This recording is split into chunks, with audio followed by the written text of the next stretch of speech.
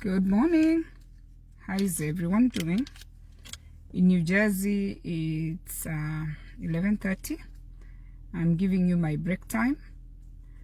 My name is Penny. If you're finding me for the first time, my goal here is to inspire you.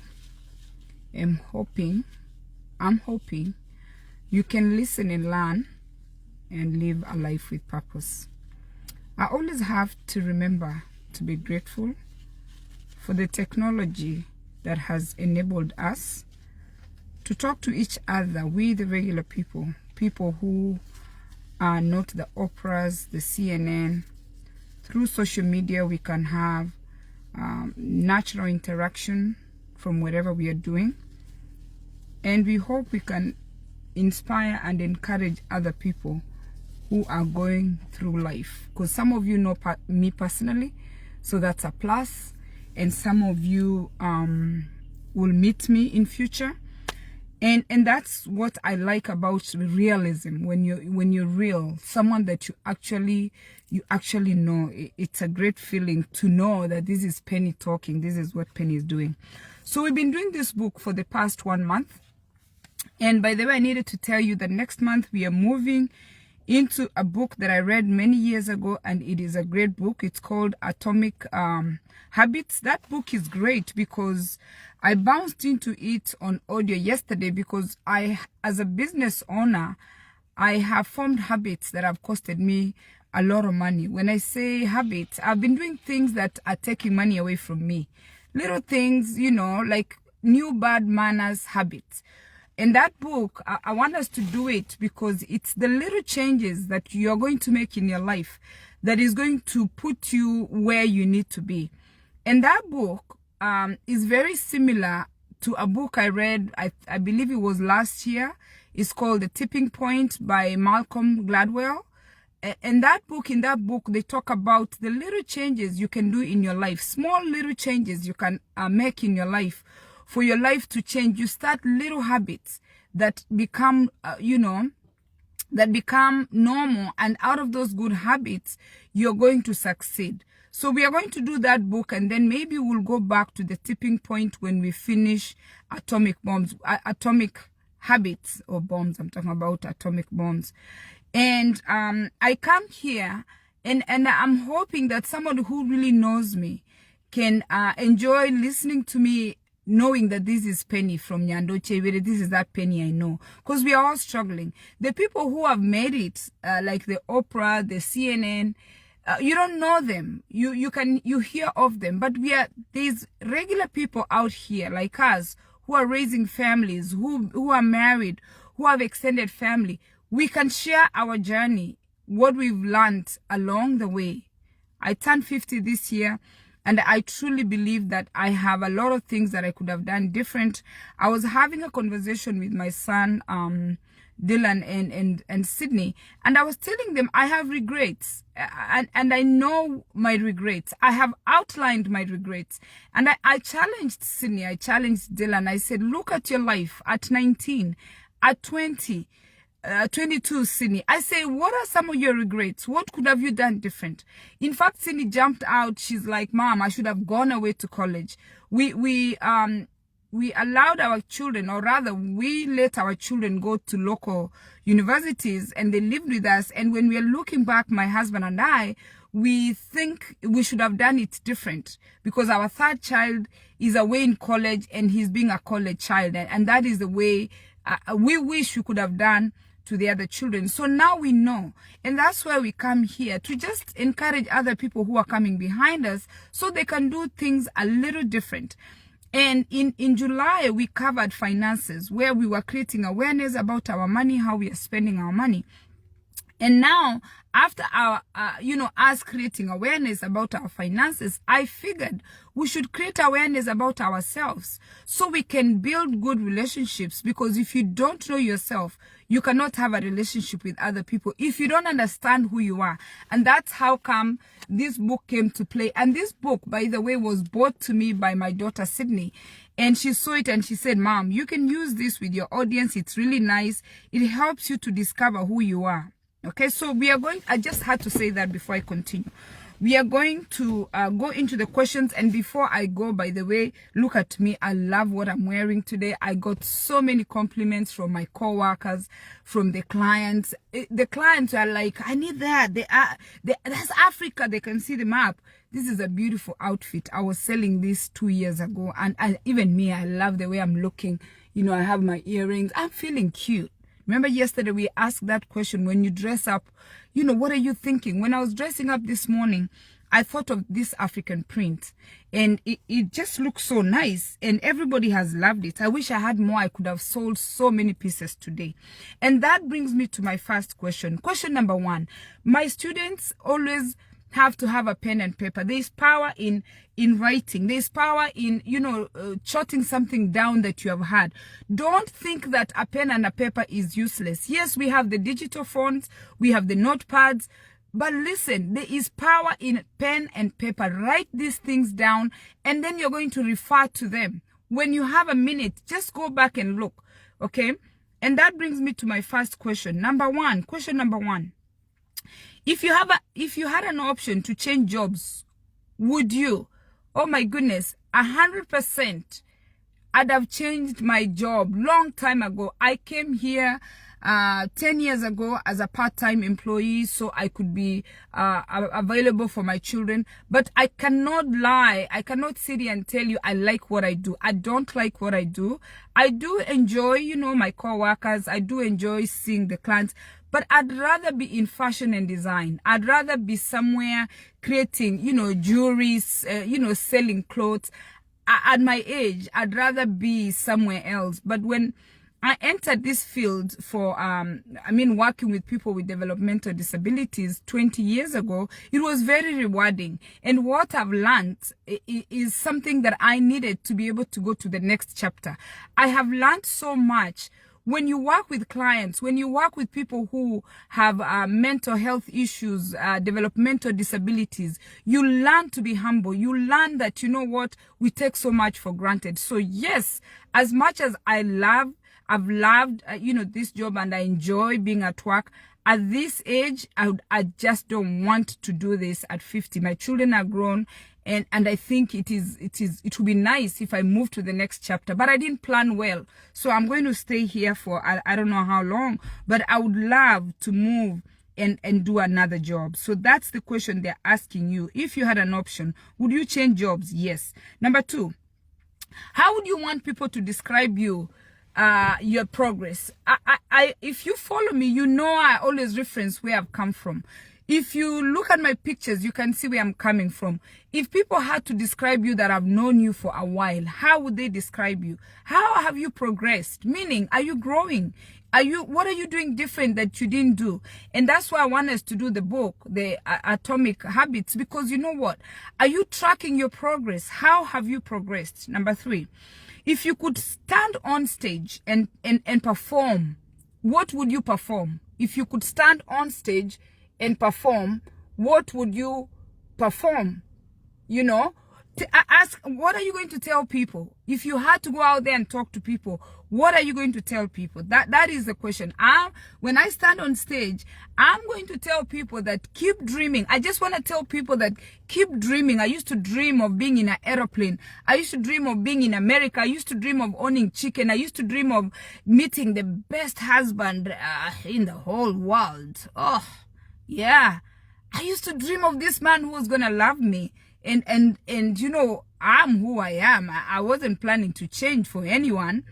And I wanted, I was just dreaming that if I can find this man that is just going to leave me alone, but I'll be the wife, oh God, that would be a plus. And I journaled that. I've been writing since I was in 6th grade. And I have my journal since I was in 6th grade. I was dreaming of the husband I have now. You have to speak into existence of what you really want. You have to write it down. I listened to a podcast this morning that said, like, write 20 things that you really want for yourself. What are those things? Write them down and challenge yourself to those things. Do you know them? You know, how are you progressing? Don't underestimate yourself. Don't underestimate the power of wanting. Okay, number 3. Number 4. In every shelter or where you live, what do you think what one item do you think that should always be in that shelter? What is that one thing that you always think that needs to be in a shelter, like something you must have? Of course, for me, it's food. Some of you might say TV. What is the must-have thing? That's what they're asking you. Number 5, how would you like to better approach confrontation? Number 5, how would you like to better approach confrontation? I've learned over the years, because of what I do, how to approach people when I'm in conflict. And yesterday I was talking to my co-worker, and we were talking about a conflict, that something that we are seeing. So I told the other person, I said, you know, I approach them, whoever you're going to talk to. In our field, we say redirect respectively. Those are the words. Redirect respectively. When a client is doing something or somebody is doing something, address the issue respectively. If you do that to your spouse, you do that to your children, you do that to your co-workers, if you redirect respectively, you will have less conflict. So they're asking you, how would you approach confrontation? Do you think you've been handling confrontation the best way? How would you? Number 6, is there a photograph you wish it never fades? Yes, for me, it's my father's photograph. I have my father's photograph that is probably maybe 70 years old. He took in a dashiki shirt. He has to be over 70 years old, because that's a long time ago when the shiki was in fashion. But the picture is fading. I wish it didn't fade. Okay, number 7, do you feel you are on the edge of something great? Do you feel like you are just about to succeed? Are you at a point where you're feeling like, I'm about to succeed? I've been feeling that way since I was little. You know, like since I went, I think, but the first time I left Nyandochebere village, where we used to go to school barefoot, and I was taken to Kisi Primary. Now I could wear plastic shoes. And then shortly after that, I was wearing leather shoes. I've always felt like I was just about to get into something great. I've always felt that way because I made so many changes.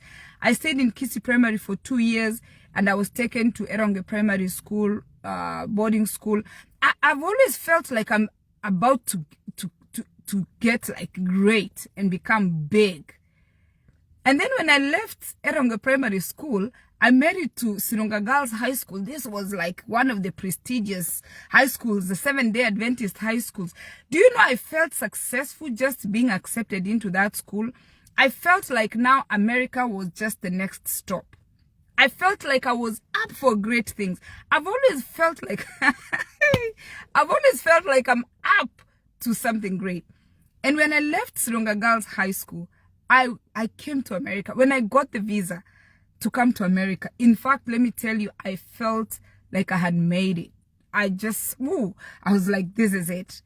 Until I came here and I found all these challenges. There are so many stages that we go through. Do you always feel like you're up to something great? Then I went to school. Then I met a husband. Then I had children. I'm always feeling like I'm up to something great. Right now, I'm really feeling like my business is about to grow. I'm always thinking that I'm going to hit big. Do you feel that way? I'm the only one who feels that way. Okay? I'm on the edge to succeed. Number 8. Who would you always call to hang out and they respond right away? This is really funny. Let me tell you. This one, somebody that you can just pick the phone and you tell them, let's go.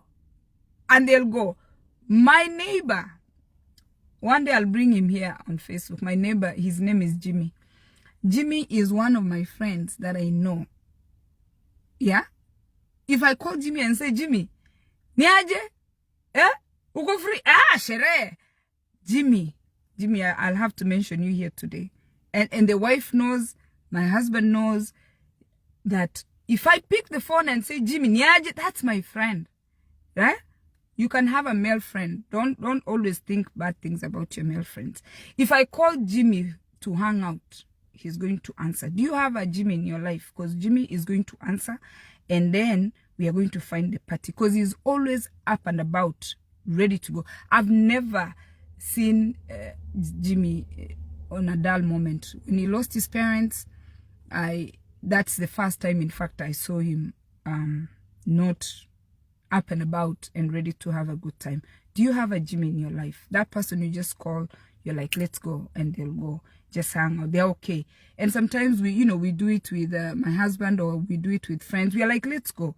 You need that person who's willing and up and about to go just enjoy and have a good time. Forget about all your responsibilities or all your bills. Let's just go have a good time.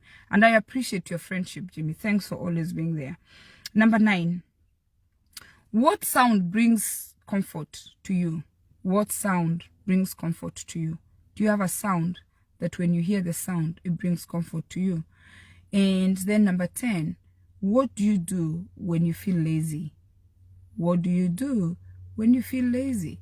For me, I have found great joy in listening to podcasts on YouTube and Apple.